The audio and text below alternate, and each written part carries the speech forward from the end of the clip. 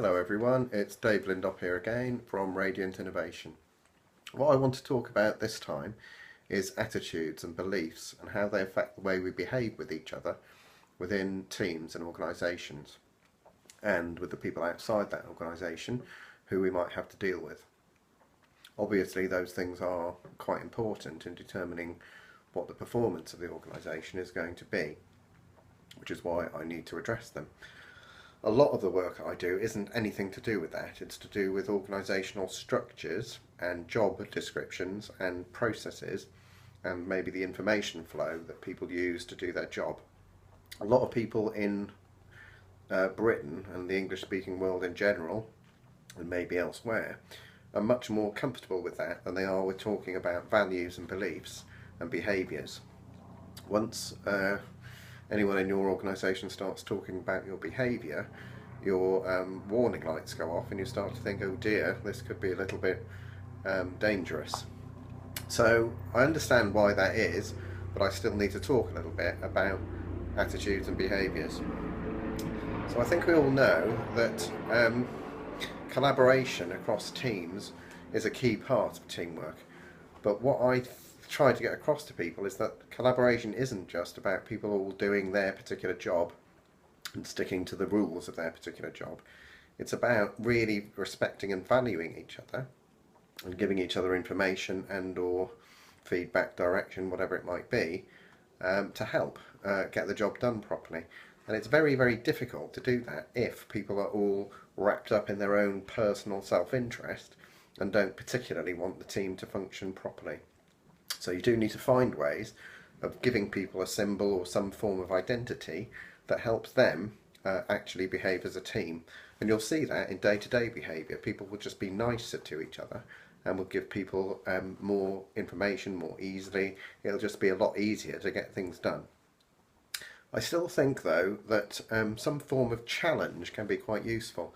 Team members can challenge each other and point out mistakes or errors or places where we're having to wait for things too long or where the quality is too low, and that's fine. That's just part of the learning process by which the team and or the organisation improve their performance.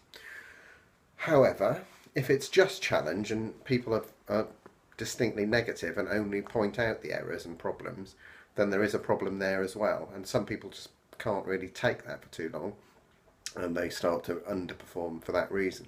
So you do need people who can appreciate each other and recognise what they're doing well and genuinely care about each other. That's slightly difficult a concept for some people to deal with, but it is true. You're not just doing a deal with people where you give them money for coming in for a certain amount of time. You do actually need people to genuinely share values and care about the same sort of things, care about the customers, care about quality, in order to actually get things done properly.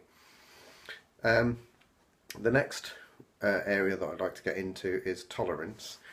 So I think these days most people know that we do need to be tolerant of other people's beliefs, habits, lifestyles, whatever it might be, and certainly not discriminate on grounds of, let's say, gender or race. I think that's totally obvious to everyone.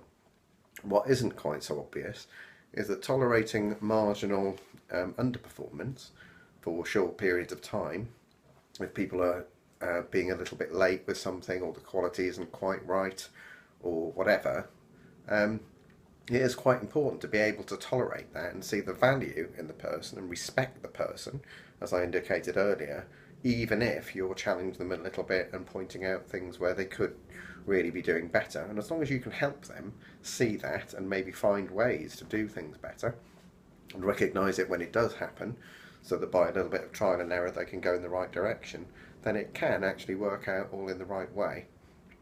The other area that I do like to get into a little bit is the idea of mentoring. So some people in the organisation need to be thought leaders, need to be the kind of people who do the right thing instinctively or for whatever other reason, and can help guide people, mentor them so that they start to behave in the right kind of ways as well. Those people who are the opinion leaders or thought leaders, whatever you want to call it, are very, very important. And if you've got a few of those who you can recognise, you can make huge headway in actually getting the thing to work much better, more quickly, and or to a sort of greater depth than if you haven't got those people or you don't know who they are. Usually they will be there somewhere on the scene. It's just that it's not always totally visible or obvious to the people leading the business.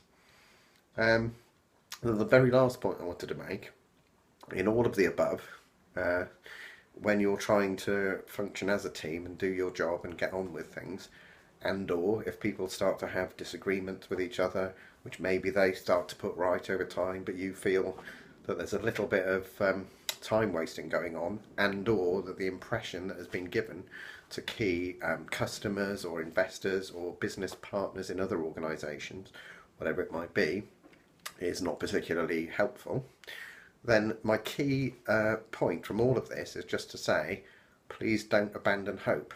Hold on to that hope and never ever let it go, and never start getting annoyed and angry and bitter with people, because that is a huge drain on the energy of yourself and the organisation. Very, very important to keep all this stuff reasonable and reasonably positive without being sort of smiling, shining-eyed, smiley, false people, which is just crazy.